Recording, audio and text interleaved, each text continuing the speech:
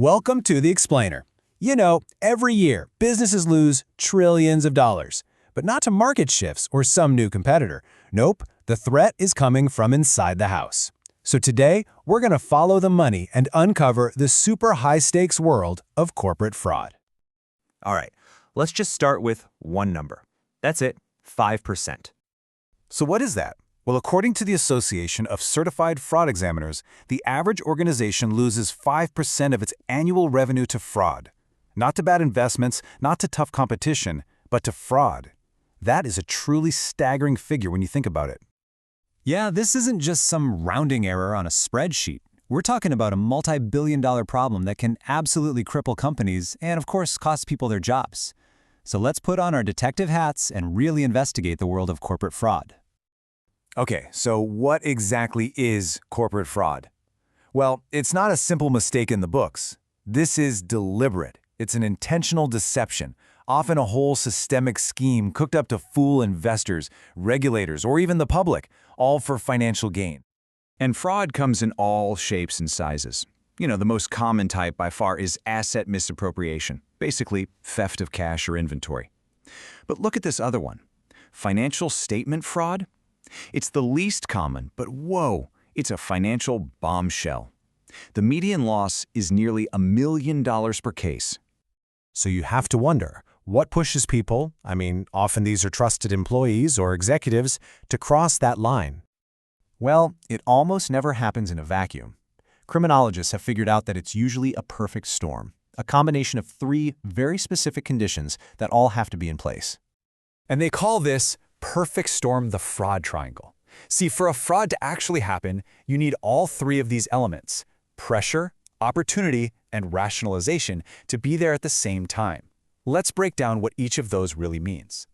First up, there's pressure. This is the motive, right? It could be anything: a mountain of personal debt, maybe a gambling problem, or just that intense corporate pressure to hit completely unrealistic sales targets. It's that non-shareable problem that keeps a person staring at the ceiling at 3 a.m. Next, there's opportunity, and this is where the company's own defenses are down. Maybe one single person controls an entire financial process from beginning to end, or maybe there's just nobody watching the watchers. This creates the open door that a fraudster needs to just walk right through. And the final piece of the puzzle is rationalization. This is the story the person tells themselves to make it all okay. You know, things like, I'm just borrowing the money, I'll pay it back. Or the company owes me this. Or the classic, everybody else is doing it. It's that little voice inside that makes a totally unethical act feel acceptable. So, when all 3 sides of that triangle finally line up and someone suspects fraud, well, that's when a very specific kind of expert gets the call to come in and find the truth. Now, this is not your typical auditor who just checks for compliance. This is a forensic accountant. You can think of them as a financial detective. While a regular auditor has professional skepticism, a forensic accountant has an investigative mentality. They're not just looking for mistakes, they are actively hunting for deception, and their findings are built to stand up in a court of law. Their work is so critical that it's been compared to the game-changing impact of fingerprinting and DNA analysis. That's how important their skills are in the modern economy. It's a huge deal. So, how in the world do these financial detectives actually crack the case? Well, it really all comes down to one simple, powerful idea: following the money. Their process is incredibly methodical, as you'd expect. It starts with just understanding the situation and building a plan. And then they go deep. They gather all the evidence, documents, electronic data, you name it. They analyze everything to trace assets and figure out the damages. And finally, they put together a report that will hold up under some serious scrutiny. And of course, in our digital world, the money trail is usually a data trail.